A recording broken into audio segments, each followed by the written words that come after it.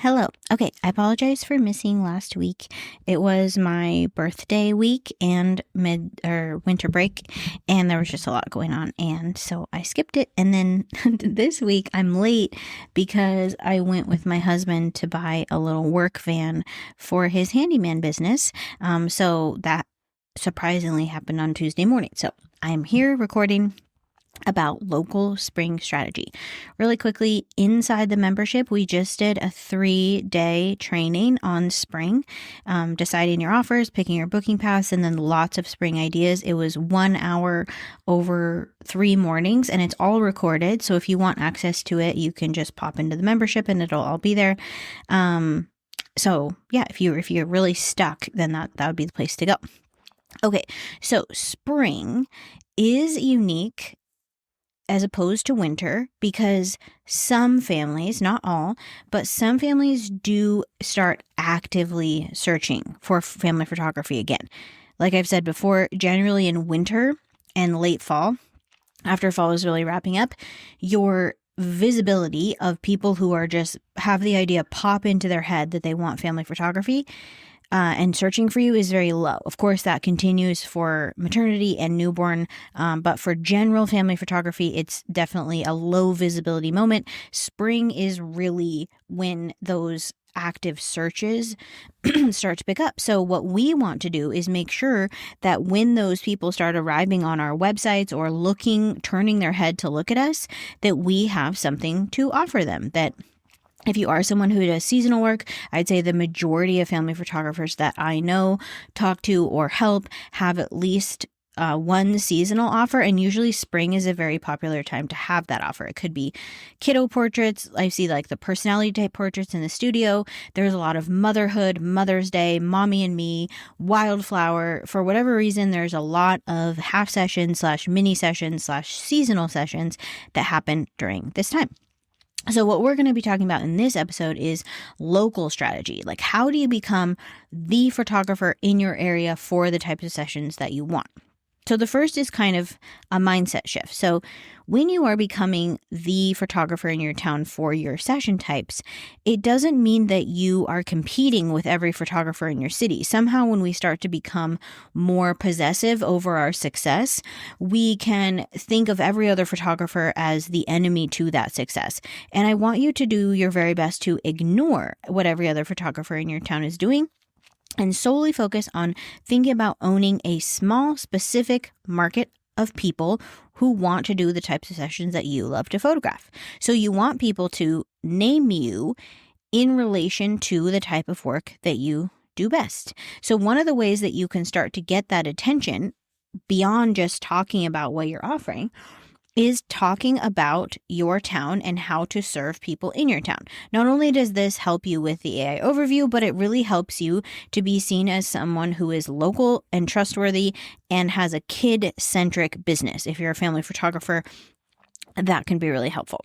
So one thing to do is to pick a local lane instead of trying to reach everyone. So if you're just focusing on talking to one type of person via a seasonal niche, so let's say moms who are trying to make spring fun for their kids, that could be who you're talking to if you need to have an audience in mind. So you're not trying to talk to every single human in your town. You're just talking to moms, and you're talking to moms specifically who like, for me, it would be like hikes and fun things to do because my brand is built on adventure and playfulness. So then you're starting to get the general types of people who would hire you to turn towards you as a local resource and a kid-centric business. So the idea would be like, you could say this sentence successfully to a group of people. This spring, I'm helping blank families blank. So it would be like, this spring, I'm helping adventurous, fun families take photographs in all of the beautiful Washington wildflowers that pop up in May and June. That would be an example. So then everything that you're building marketing wise is kind of from that sentence. So it helps you with a little bit of specificity. Then you can create this sort of helpful local content that's tied to what you're actually doing, not saying I'm a family photographer on Bainbridge Island. That is so general. It's hard to build a marketing plan of specificity around such a broad sentence. So the very first step is come up with a clear sentence about what you're doing this season. If you haven't already, define what you're offering. So for the vast majority of family photographers, I recommend that they have kind of a year-long ongoing offer and then a seasonal offer. That's like a really good pairing. Not 10 seasonal offers. We really want to keep it as simple as possible. In the class today, which was the last day of the spring training in the marketing membership, I talked about how the average family photographer can only handle that amount of marketing workload. But in our brain, we may have 10 different things we want to try. The trick is narrowing it down and really trying to do one thing really, really well. One offering that you market very well, one or two, not 10, right? Because the average brain just can't create enough visibility to fill all of those offers.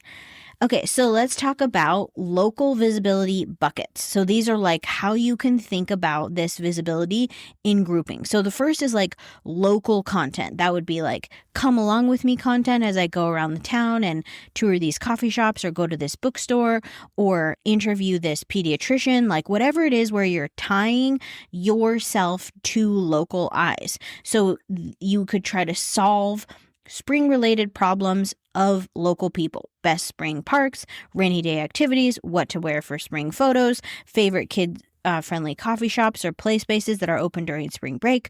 All of these things are like you just weaving in your local availability, your local expertise, your session availability, and your offer, all in sort of this local content bucket. That's the one bucket. The second bucket is local relationships. So think about 2 or 3, not 400, just 2 or 3 local relationships that you could start to form with other local businesses who are serving the same kind of person that you are.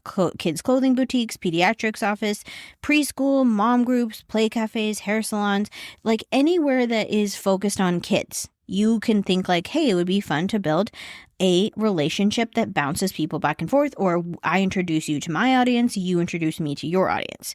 So this is much easier to do. These relationships are much easier to foster if you can be really clear about who you are and who you help. So that is why this initial part of this conversation matters so much. Because if I go and I get over all my fear of rejection and everything, and I go somewhere like a preschool or a daycare and I'm like, hey, I would love to partner with you. And they're like, cool, what do you do? And I'm like, I'm a family photographer. And then it feels like it's their job to try to figure out what the partnership will look like. For each of these, you would want to have an idea of what a cool partnership or even introductory to each other's audiences would look like. What are the logistics? How would you do it?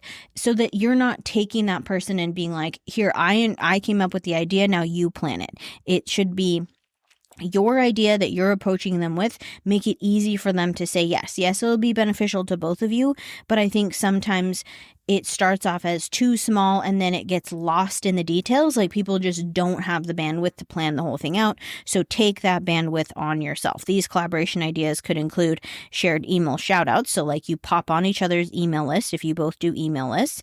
You could do an in-store pop-up. You could do a giveaway that includes something from their business. You could do a mini day that's sponsored by their business in your studio or even outdoors. You could be like, if you partner with a florist, you could be like, these flowers are donated by this company, and then everybody who comes to the session gets a little card about that company, that sort of thing.